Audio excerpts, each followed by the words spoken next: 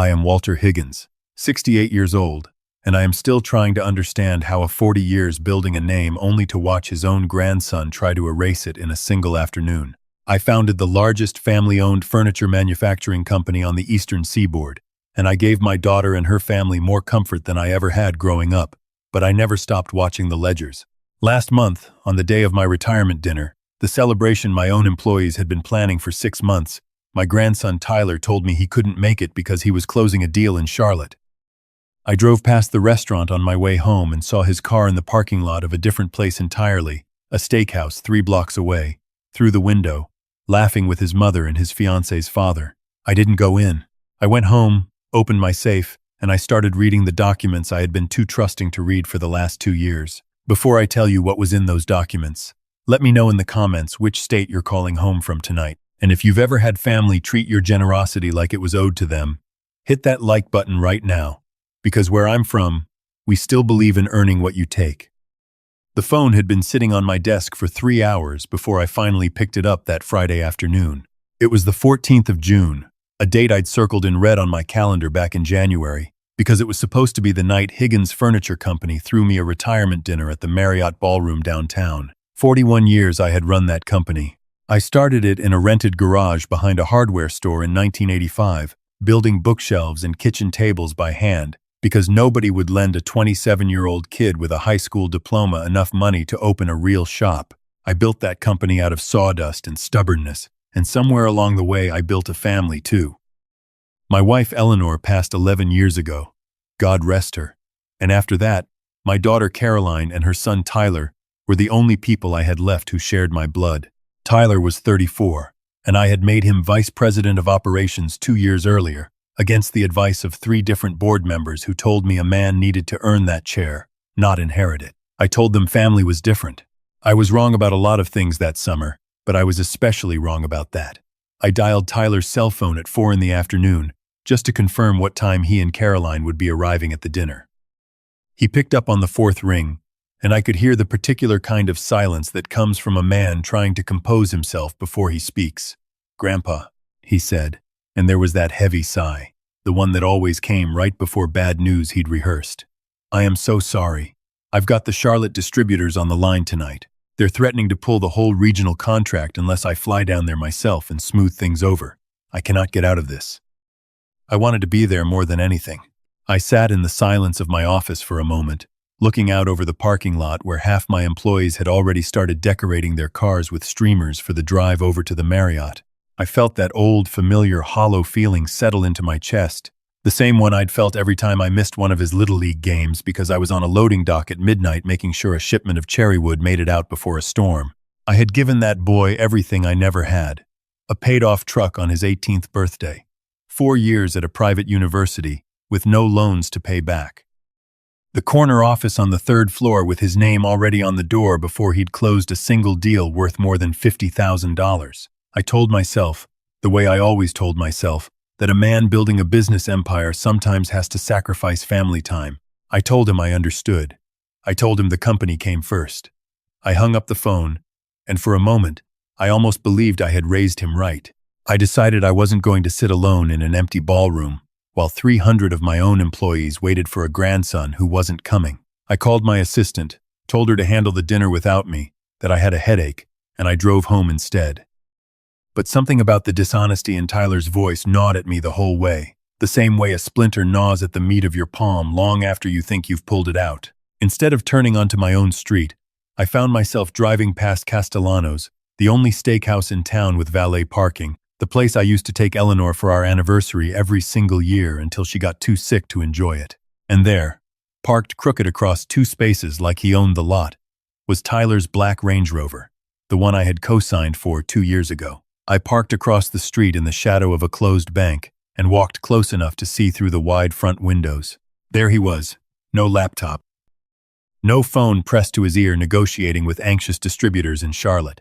He was sitting in a corner booth in a crisp blue blazer, laughing with his head thrown back, a glass of dark amber whiskey in his hand. Beside him sat my daughter Caroline, dressed like she was attending a gala, and across from them sat Frank Delacroix, the father of Tyler's fiancée, a man who ran a chain of car dealerships 2 counties over and who had never once, In the 18 months I'd known him, picked up a check. The three of them were toasting something. I stood on that sidewalk in the cooling June evening, 68 years old, in the same gray suit I'd worn to my own retirement dinner that nobody from my family had bothered to attend, and I watched my grandson celebrate something with another man's family while he let me believe he was saving our company. I did not walk in that night. I want you to understand that about me. I have spent 4 decades negotiating with lumber suppliers and union representatives and bankers who didn't think a man like me belonged in their boardrooms, and I learned a long time ago that the man who reacts in anger has already lost the negotiation. I drove home, and I did not sleep. I sat at my kitchen table until 2 in the morning with a legal pad and a cup of coffee that went cold twice, and I started writing down every strange thing that had happened in the last 6 months. The vendor invoices that had started arriving from a logistics company I'd never heard of. The way Tyler had started insisting on handling all the supplier contracts personally instead of routing them through procurement like company policy required. The way Caroline had started asking, almost casually, almost like she was just making conversation, whether I'd updated my will since Eleanor passed. By the time the sun came up, I had a list of 17 things that didn't add up, and a feeling in my gut that told me my family hadn't just been lying to me about a dinner. They had been lying to me about a great deal more than that. I called my company's longtime general counsel, a sharp, careful man named Marcus Webb, who had been with Higgins Furniture since before Tyler was born, and I asked him to pull every contract Tyler had personally signed in the last 18 months without board approval. What Marcus found over the following week made the dinner feel like the smallest betrayal of all. Tyler had been routing nearly $400,000 a year through a logistics company called Coastal Freight Solutions, a company that, on paper, didn't own a single truck. It existed inside a small office suite registered to Frank Delacroix's brother-in-law, and every invoice it sent us was 30% above market rate for shipping services that, according to our own warehouse logs, our actual freight partners had already performed. The overpayment was being split, as far as Marcus could trace it through 3 shell accounts, between Tyler and the Delacroix family. My own grandson had been quietly bleeding the company I built from a rented garage for nearly 2 years, funneling money meant for my employees' pension fund into a fake shipping company so he and his future in-laws could live like the kind of people who never had to pour their own concrete. I sat with that information for 3 days before I called Marcus back. During those 3 days, something happened that I still find remarkable when I think back on it. Caroline called me, her voice trembling with what I now understand was rehearsed concern, to tell me that she and Tyler had noticed I'd been forgetting things lately, repeating myself in conversations, losing track of dates. She said it gently, the way you'd tell someone they had something in their teeth, but underneath the gentleness I could hear something colder, something calculating. She suggested, almost as an afterthought, that perhaps it was time I saw a specialist, just to be safe, just so the family could make sure I was taken care of properly. As I got older, I thanked her for her concern. I told her she was probably right, that I had been feeling a little foggy lately, and then I hung up the phone and sat in my study for a long time, understanding exactly what kind of trap was being built around me, and exactly who was building it. Marcus confirmed what I already suspected within the week.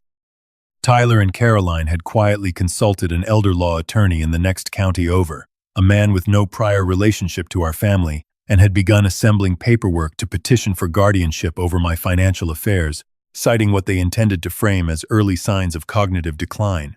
They had even, Marcus discovered with a controlled fury I'd rarely seen in him, approached a doctor at a private clinic 2 hours away, a doctor who did not take my insurance and had never once examined me, and inquired about the process for obtaining a diagnostic letter establishing a pattern of memory impairment.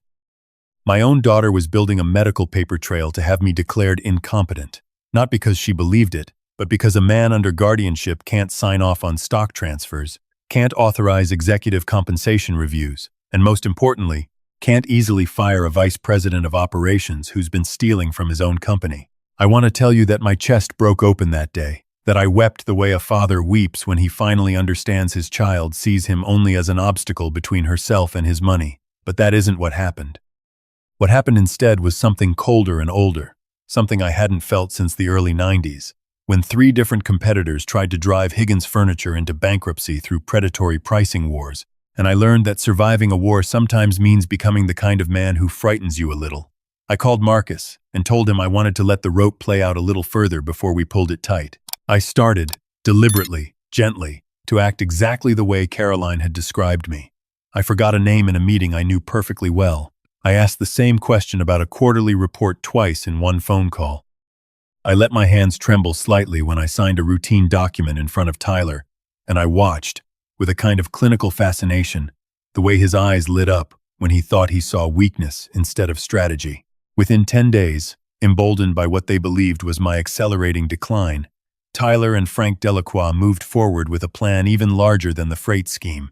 They began negotiations to acquire a 60-acre manufacturing site, 2 counties south, land that, unknown to them, sat partially on a former industrial dump site with unresolved environmental liabilities that the seller was desperate to offload onto a buyer too eager to do their due diligence. Tyler, believing he had 3 months at most before I'd be formally declared unfit to object, used his vice president authority to personally guarantee an $11 million acquisition loan, cross-collateralized against his own house, the one I had bought outright as a wedding gift, and against shares of Coastal Freight Solutions that existed only on paper. Frank Delacroix, drunk on the same arrogance, threw in 2 of his dealership properties as additional collateral, certain they were about to control a piece of prime real estate worth triple what they were paying. They had no idea Marcus and I had already obtained the original environmental assessment report on that land, the one the seller's broker had quietly buried 18 months earlier, showing soil contamination levels that would trigger a minimum $8 million federal remediation order the moment anyone filed an environmental disclosure with the county. They had no idea that I had spent 4 decades reading contracts the hard way, in a rusted pickup truck with a flashlight, and that I could smell a poisoned deal the way some men can smell rain coming. The guardianship petition was filed on a Tuesday morning, my daughter's signature right there at the bottom beside Tyler's, asking the county court to appoint them joint conservators over my financial estate based on documented cognitive concerns. I let it sit, unopposed, for exactly 4 days, long enough for the acquisition loan to fully close, long enough for Tyler and Frank's signatures to be locked permanently onto $11 million of toxic debt secured against everything they owned. On the 5th day, I walked into the Higgins Furniture executive boardroom for what Caroline believed was a quiet meeting to discuss my transition into retirement. What she found instead was the full board of directors, Marcus Webb standing at the head of the table with a folder thick enough to require both hands, and 2 investigators from the county district attorney's financial crimes unit seated quietly near the door. I stood at the head of that table, the same table where I'd hired Tyler against my better judgment 2 years earlier, and I told the room that the trembling hands and the forgotten names they'd all heard rumors about over the past 3 weeks had been the most deliberate performance of my life. I watched the color drain out of Tyler's face the way water drains from a cracked glass. I told him that the freight company built on his future in-law's name had been fully documented. Every overpayment, every shell transaction, every dollar that should have gone into the pension fund of men and women who had worked the saw floor for 20 years. I told him that the medical letter his mother had been quietly assembling was sitting in Marcus's folder too, along with a sworn statement from the very doctor she'd approached, a man who, once contacted by my attorney, was extremely eager to cooperate with investigators rather than be named as a co-conspirator in elder fraud. And then I told him the part that made him actually slide forward in his chair, his hands flat on the glass table like he could somehow steady the floor beneath him. I told him the $11 million loan he had personally guaranteed against his house, the loan he'd rushed through in a panic believing his window to act was closing, had closed against a piece of land carrying $8 million in unavoidable federal environmental liability. A fact the seller's own buried assessment had confirmed 18 months before he ever signed his name. The boardroom doors opened before I had even finished my sentence, and Caroline walked in with Frank Delacroix beside her, both of them dressed for what I can only assume they believed was going to be a celebration, the formal transfer of authority they thought they'd engineered. Caroline was holding a small wrapped gift. I remember that detail with a strange, painful clarity, a gift she had apparently planned to give me as a parting gesture once the guardianship was finalized. They stopped 3 feet inside the doorway when they saw the investigators rise from their seats near the wall. I did not raise my voice. I had learned a long time ago that a man who has truly won a fight never needs to shout about it. I told Caroline that the daughter I raised would never have spent 2 years building a medical fraud case against her own father while he was still healthy enough to read every contract she signed.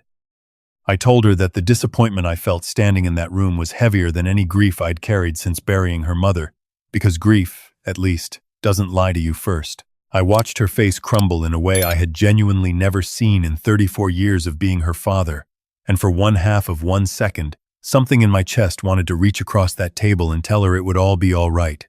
I did not do that. I had given that family every comfort I never had, and they had repaid me by trying to lock me out of my own mind on paper while they emptied it out from underneath me. Frank Delacroix tried to speak, something about misunderstandings and good intentions, but one of the investigators simply stepped forward and asked him, calmly, whether he wanted to make that statement with an attorney present, and the man went silent immediately. The particular silence of someone realizing the floor he's standing on is no longer there. Tyler was let out first, the formal notification of pending fraud charges in his hand, his mother walking 3 steps behind him with the small wrapped gift still clutched against her chest like she'd forgotten she was holding it. I did not feel the satisfaction I expected to feel. I felt something quieter than that, something closer to the silence of a workshop after the last machine shuts down for the night. I instructed Marcus that afternoon to begin the formal process of removing both Tyler and Caroline from any position of authority within the company, and to restructure the ownership of Higgins Furniture so that controlling interest would pass, upon my eventual passing, to an employee ownership trust, the kind of structure that would guarantee the men and women who had stood beside me on that warehouse floor for 2 and 3 decades would finally own a piece of what their hands had built. I directed him to set aside a separate, smaller trust for Caroline, not out of forgiveness exactly, but because I am still her father, and because some part of me believes a man should leave a door open even for the child who tried to walk through his. That night, I drove home alone, the same way I'd driven home from the empty retirement dinner 3 weeks earlier, except this time the silence in the car felt different. It felt earned. I poured myself 2 fingers of the same bourbon I'd been saving for the retirement toast nobody gave me, and I sat on the back porch where Eleanor and I used to watch the sun go down over the property line, and I let myself feel, for the first time in weeks, something close to peace. I had built an empire out of sawdust and stubbornness when nobody believed a poor kid from a rented garage could do it, and somewhere along the way I had let comfort make me careless about who I let close enough to hold the keys. I will not make that mistake again, not with what's left of my years, and not with what's left of my company. If there is one thing I want you to carry out of this story tonight, it is this. Love your children with everything you have. Give them every comfort you were denied, but never, under any circumstances, let your generosity convince you that you are no longer allowed to watch the ledgers. The people who truly love you will sit through a quiet dinner with an old man on an unremarkable Tuesday, not because there's anything in it for them, but because your presence was always enough. The ones who don't will eventually show you exactly who they were waiting for you to become weak enough to stop noticing. I am 68 years old, and I built something real with these 2 hands, and I will be the one who decides, until my very last breath, exactly what happens to it. If this story reminded you that it's never too late to read your own contracts, hit that like button right now, and tell me in the comments, as a son, as a daughter, as a father, as a mother, what would you have done in my place? I'd like to know I'm not the only one still paying attention. Real love doesn't ask for proof, and it never needs to hide from the people who gave it. The ones who truly cherish you will sit through an ordinary Tuesday dinner just to be near you, no agenda attached. So keep your eyes open, keep your heart generous, but never confuse silence for blindness. Sometimes the gentlest thing you can do for the people you love is simply keep paying attention. A small note for you. This story was imagined and written by AI purely for entertainment, though we hope its little life lessons still found a warm place in your heart.